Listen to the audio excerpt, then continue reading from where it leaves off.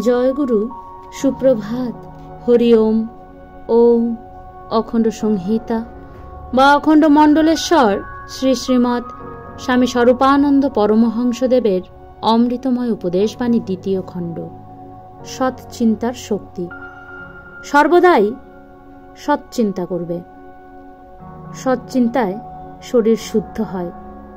যে মহৎ কাজ তুমি করতে পারবে না তারও বিষয় আকাঙ্ক্ষা করবে। তোমার আকাঙ্ক্ষা যদি তীব্র হয় তবে তোমার দ্বারা তা পূর্ণ হোক আর নাই হোক, জগতের কোনো না কোনো স্থানে কেউ না কেউ তা পূর্ণ করবেই করবে। সৎ চিন্তার মৃত্যু নাই।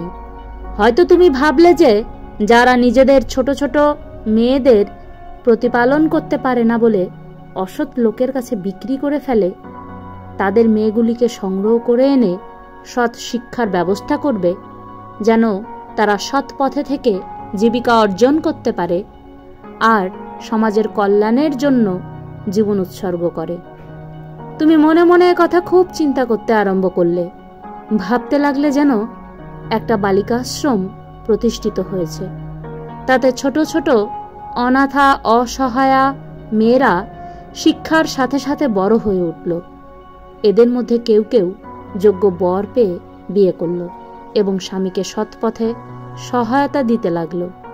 যারা বিয়ে করল না, চিরকুমারী রইল, তারা এই রকম আবার শত শত কুমারী আশ্রম প্রতিষ্ঠা করল।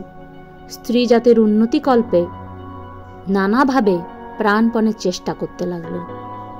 হরি ওম।